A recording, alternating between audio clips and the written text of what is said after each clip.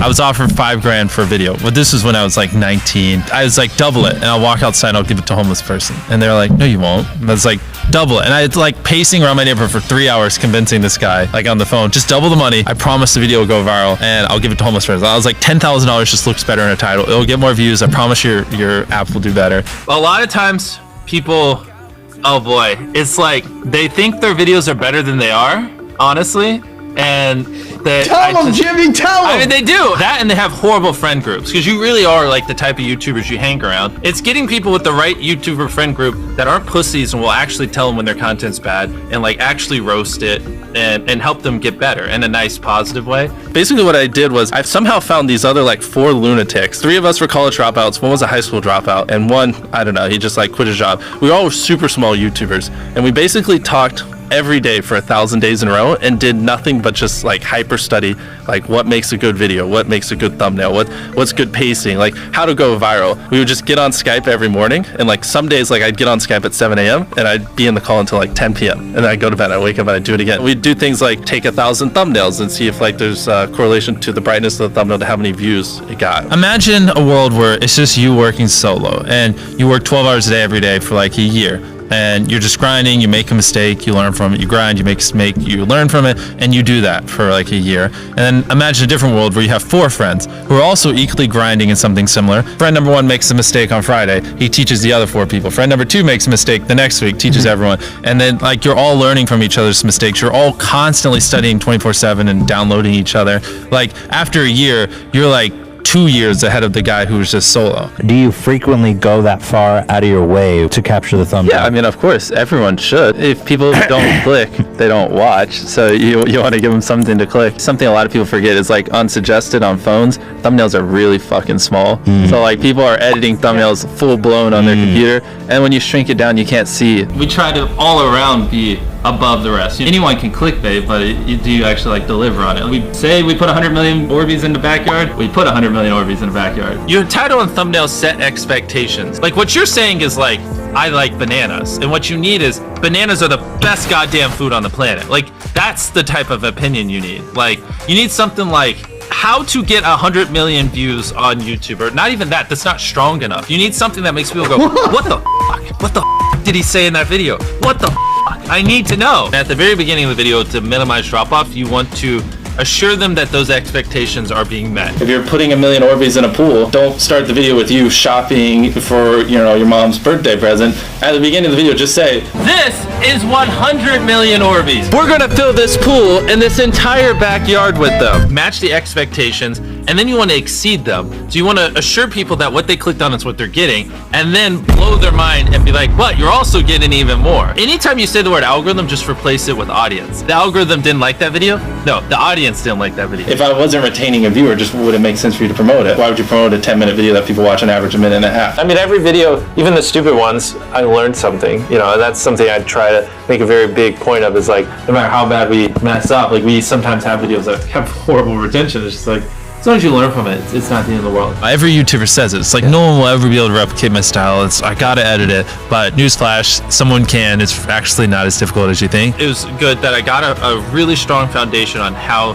YouTube works and how the style of videos I wanted and everything before I scaled up the team, if that makes any sense. I just want to make sure that's clear, because I've seen people try to build the team without foundation and knowing how to do well. I know that if we film this video, it will do well, just because I've spent a decade of my life hyper obsessing over YouTube and I have a good pulse on it. But if you didn't have that, then you wouldn't know. Like, you wouldn't be able to spend $4 million on a Squid Game, because you might lose $2 million and then you can't pay your people. But of course, yeah, if I didn't have these people, I couldn't do half the stuff I do. For the last like 8 or 9 years, like every dollar I've made, I just spent it the next month on content. And I just did that every single month, and it just kept getting bigger and bigger, and here we are. Since I was 13, there probably hasn't been a single hour that's gone by that I've been awake where I haven't thought about YouTube. Like, I'm just focused on making the best videos possible, period. I don't care about making money. I don't care about time. I don't care about anything. I just want to make the best videos on the planet. Literally all the algorithm does is reflect what the people want to a T.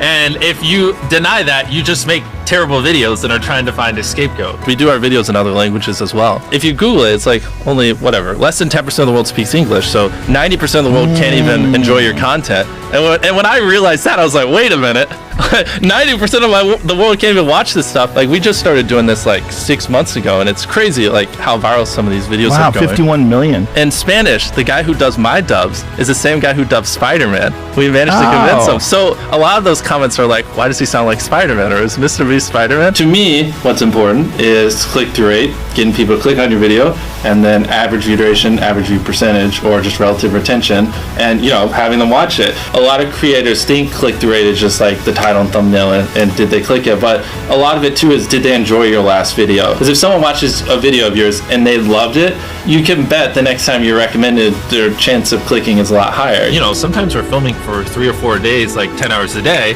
30, 40 hours of filming plus months of setup, whereas most creators probably film for a couple hours and set up for a day. Outside of just filming, we brainstorm video ideas, relentlessly, hours every day. By always doing all those things, it just distinctively sets it so far apart that it's basically, in my head, it's like, why would you not watch it? Viewers aren't stupid. They can tell when you half ASS, I don't know if I'm allowed to curse, a video, or if you really put in effort. And if they can tell you're putting in a lot of effort, they're going to be more likely to click on future videos. And that snowballs. And because once you build that trust, they get to a point where it doesn't matter what you upload. They just know it's high effort, and they just know it's great, and they're just conditioned just to watch because you have a good track record. And so with filming, it's just like trying to make sure we're doing everything we can, no matter how expensive it is, no matter how much time it takes, to make the best video possible. A lot of people would, if they gave away 100 grand, they would make a huge deal about it, but sometimes we're just like, yeah, here's 100 grand. Thanks for watching, bye. Doing it that way makes it more fun and just more interesting. So I like to keep a little bit of it mysterious because I think that's what people enjoy. A lot of people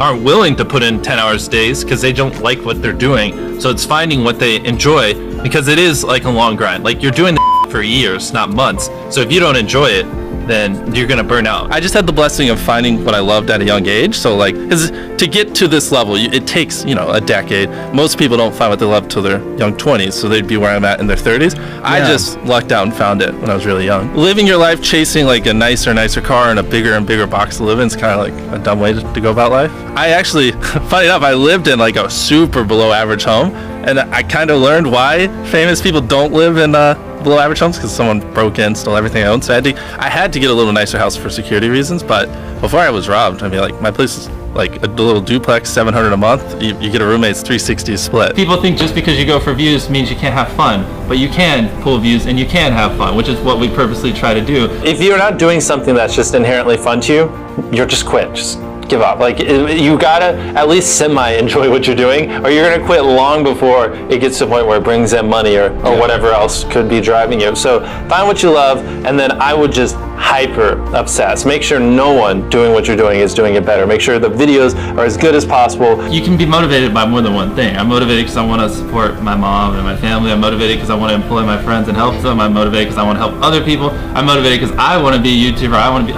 I feel like that's another misconception. You can have lots of things that drive you. Absolutely. Yeah. Absolutely. So there's just tons of stuff that drive me, and everything drives me to wanting to be a YouTuber. So we kind of obsess over it. For the people that are willing to be coachable, I would say just education. There is a lot of misinformation out there that people live and breathe by, the weirdest stuff. I gotta upload at midnight on Wednesdays or my videos don't do well. It's just dumb stuff like that just, they don't realize how badly they're handicapping themselves. Some minor tips I could give is if somehow you could have a payoff at the end, then more people are gonna watch to the end just to see what happened. Whichever one of these 456 people survives the longest wins 456 grand. Cut out all dull moments, try not to over-explain things. If a camera just sits on me and I'm just talking for 20 seconds, it doesn't hold retention as well as, maybe me talking and other footage popping up. It's much easier to get 5 million views on one video than 50,000 views on 100 videos. It takes way less effort to get 5 million views on one video. Back then, which I think small YouTubers should do, is I would reply to every single comment. And so I think a few people caught on that I would always reply. And so some people would just be like, I wonder how long it'll take for him to reply. So that was a lot of my comments when I was smaller, but at least it kept him coming back. And your analytics, and most of you probably know this, audience retention. You can see where people click off. Just literally go through your last 50 videos, write down where everyone clicked off, and then just don't do those things again. But wait a minute, MrBeast. What if I don't know how to actually improve my average view duration? How do I know where to start? What if I'm just a noob? Well, in order to better retain your viewers, it's first helpful to have a really deep understanding of how they experience YouTube, to put yourself in